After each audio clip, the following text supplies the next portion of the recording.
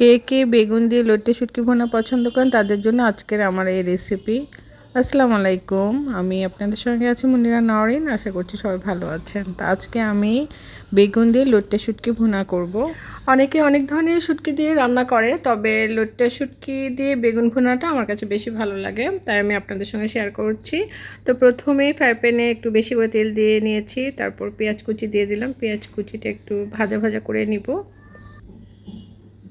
পেস্টটা যখন হালকা ব্রাউন কালার হয়ে যাবে সেই মুহূর্তে দিয়ে দিব রসুনের পেস্ট, পেঁয়াজের পেস্টটা দিচ্ছি একটু গ্রেভি হওয়ার জন্য। তার সঙ্গে দিয়ে দিব হলুদ, মরিচ, ধনিয়ার গুঁড়া। তো পেঁয়াজের পেস্টটা আপনারা ইচ্ছে করলে অ্যাভয়েড করতে পারেন, তবে পেঁয়াজ কুচিটা একটু বেশি পরিমাণে দিতে হবে।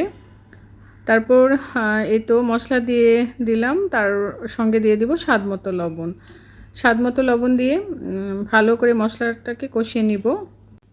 একটু ভালো করে নেড়ে চেড়ে কষিয়ে নিচ্ছি। আমার পানি দেওয়ার প্রয়োজন হয়নি, যেহেতু আমি পেঁয়াজের পেস্ট দিয়েছি।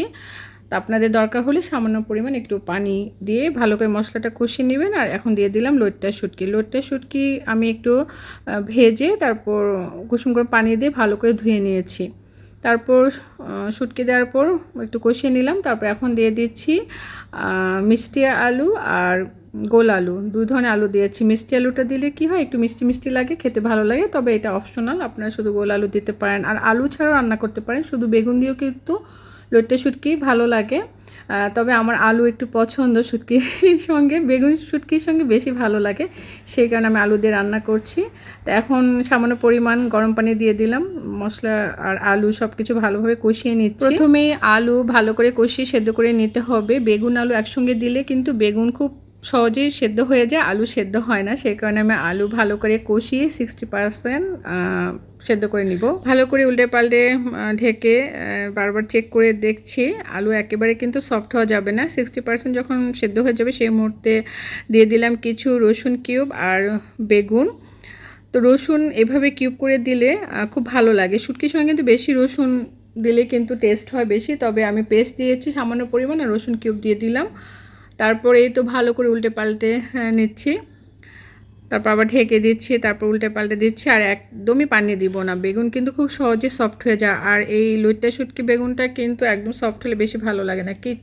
কিছু কাঁচামরিচ দিয়ে দিলাম। কাঁচামরিচের ফ্লেভারটা কিন্তু খুব ভালো লাগে, কাঁচামরিচটা কিন্তু অবশ্যই আপনারা দেবেন।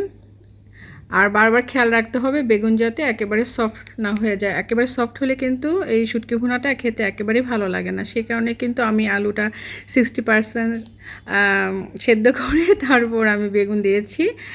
এখন স্বাদ মতো লবণ দিয়ে দিলাম, লবণের পরিমাণ কম হয়েছিল। তো এই তো আলু বেগুন ভালোভাবে সেদ্ধ হয়েছে, এখন আর ঢাকনা দেব না, পানিটা শুকিয়ে ফেলবো। অবশেষে একদম ফ্রেশ ধনিয়া পাতা কুচি দিয়ে দিলাম। ফ্রোজেন দিয়ে তো আমরা অনেক সময় রান্না করি, তবে এই লটে শুটকি ভুনাতে একদম ফ্রেশ ধনিয়া পাতাটা হলে বেশ ভালো লাগে।